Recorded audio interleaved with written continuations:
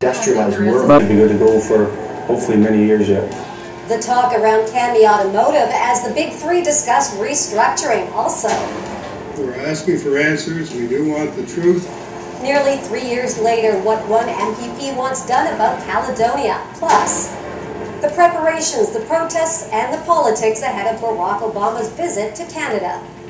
This is a huge risk to the world right now.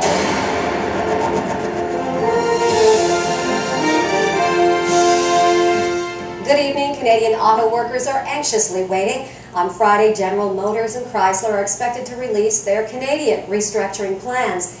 Analysts predict there will be a request for more and more aid money after GM and Chrysler announced staggering cuts in the U.S. In total, GM and Chrysler are asking for $39 billion in U.S. federal loans. Together, the companies are slashing 50,000 jobs. GM is also shutting down 5 plants. So far, there's no word on any plant closures here at home, but Ontario Premier doesn't seem very optimistic.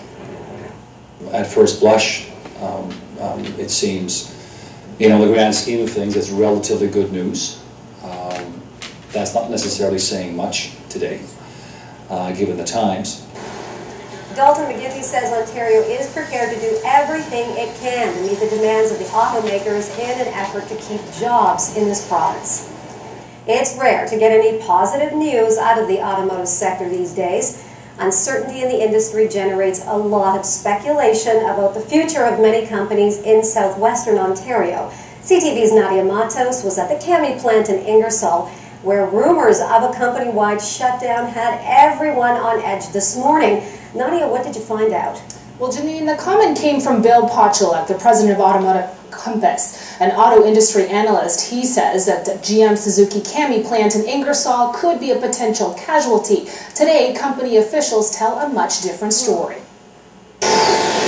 2,000 employees at Cami Automotive in Ingersoll started work today, expecting the worst. It's never good when you're coming to work and someone on the radio is announcing your plant's closing. Workers had heard the automaker would be a victim of restructuring at General Motors, set to happen over the next couple of months. The restructuring is something that the big three are talking about, and we're not necessarily in that mix. The president of Cami Automotive says 2 new fuel-efficient vehicles will be unveiled this year, the Equinox and the Terrain. He's hopeful these 2 new models will extend the life of the Ingersoll plant. The future in this business is typically the life cycle of the new products that you launch, and then you have to earn your way to build another new vehicle. So I'd say the timeline is 3 to 5 years of building the vehicle we launch. It means the town of Ingersoll will get to keep one of its biggest corporate partners around till at least 2012. Many of the business owners say Ingersoll would find a way to survive if Cami decided to pull out. But the fact that they're not has many people here breathing a sigh of relief. You have a plant with 2,000 employees working.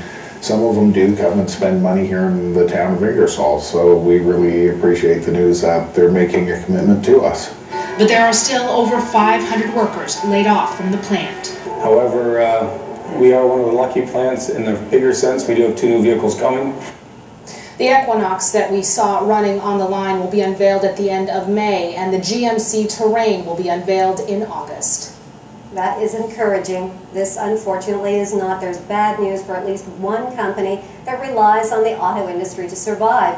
Tire maker Goodyear has announced it will cut 5,000 jobs worldwide. It's